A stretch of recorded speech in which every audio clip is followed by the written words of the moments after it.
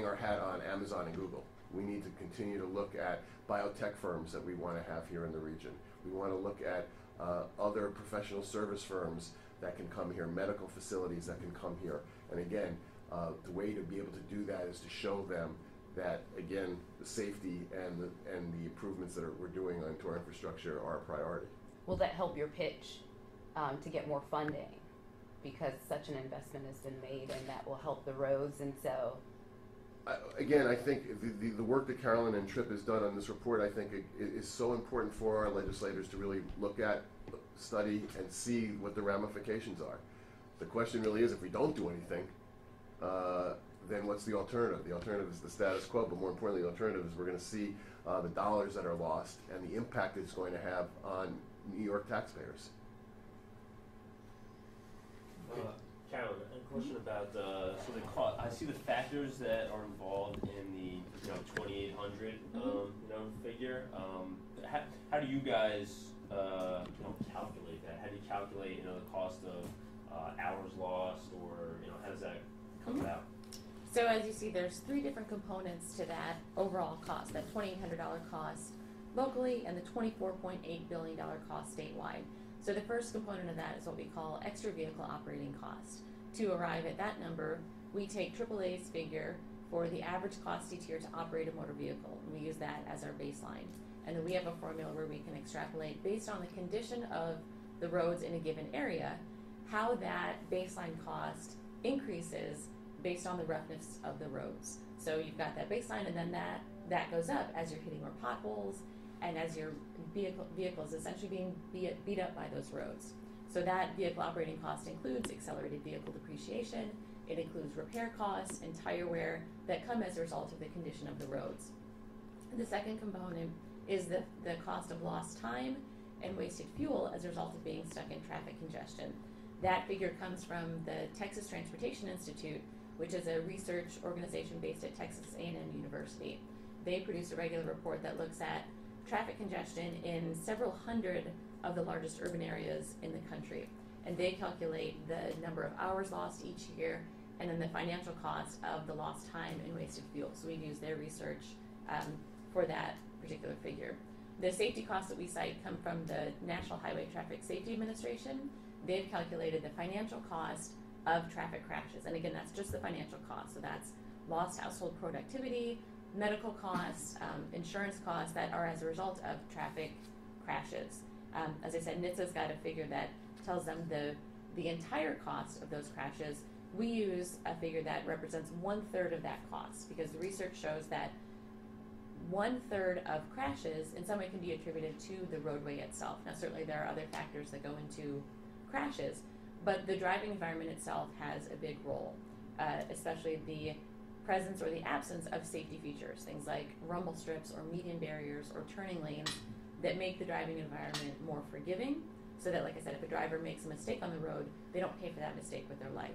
And we see a significant reduction in crashes and in fatalities when those safety features are implemented, but because of the lack of funding, we don't see them as widely as we'd like to see.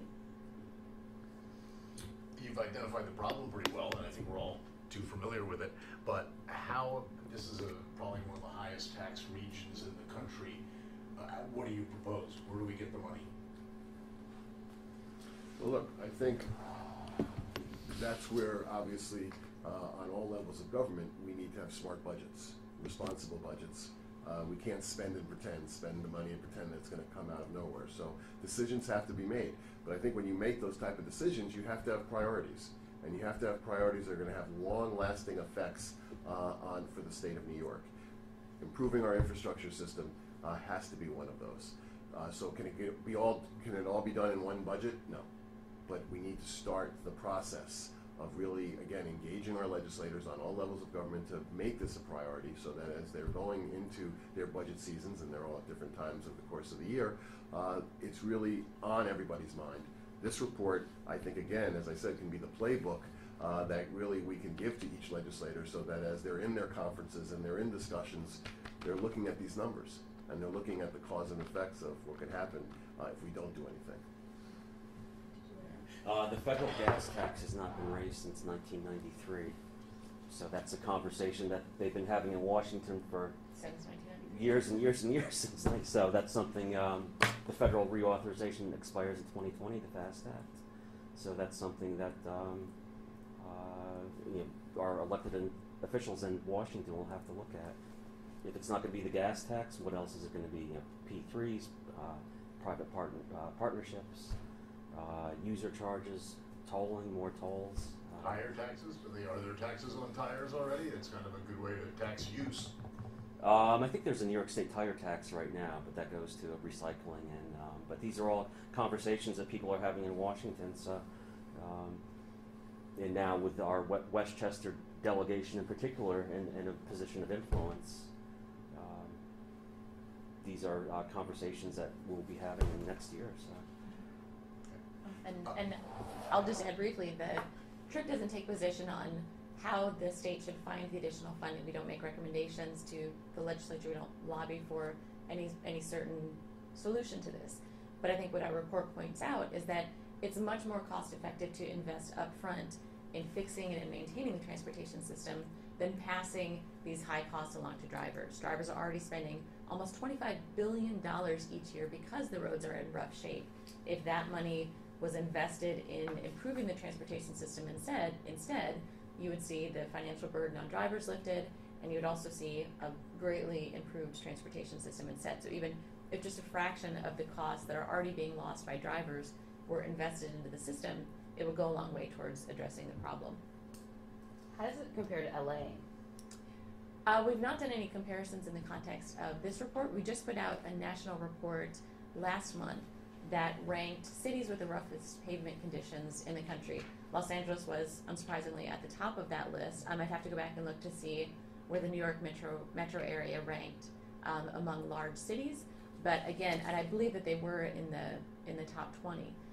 But again, it's certainly distressing to see that here in the metro area, 2/3 of pavements are in poor condition. So that means 2 out of every 3 miles that you're driving on, you're hitting potholes, you're hitting rough roads and cracks that are, in addition to beating up your vehicle, just a nuisance for drivers.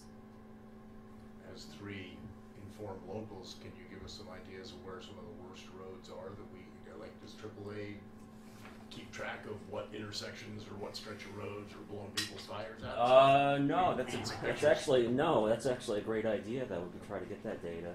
Okay. Any suggestions? Even the Journal News, you drive around. Do you guys know of any bad roads we can go shoot? Well, I know there was a section up in 684, I think on News 12 a few weeks ago or a few months ago, up near Katona, where people are complaining about. And I work on Long Island. I know the Wantagh Parkway we get complaints about. And it can be, if you hit a pothole and knock out a tire or two, it can easily cost you $600, $700, $800. So, and that's a cost that comes out of your pocket, because most localities have prior notice laws where you can't file a claim. New York will take a claim, though. Is that not right? New York? Not during the winter. I think it's October to May. Oh, is that right? They're immune. So that's a cost that comes right out of your pocket typically. And that's another issue. We had a very bad winter last year, and I think that caused certainly an increase in terms of accidents, flat tires that were happening on our highways. I'm hoping we have a better winter, but we always have to be prepared for Mother Nature and what Mother Nature can do to our infrastructure system that is already in need of repair. Thank you. Thank you very much. Thank Thank you, guys. Thank you.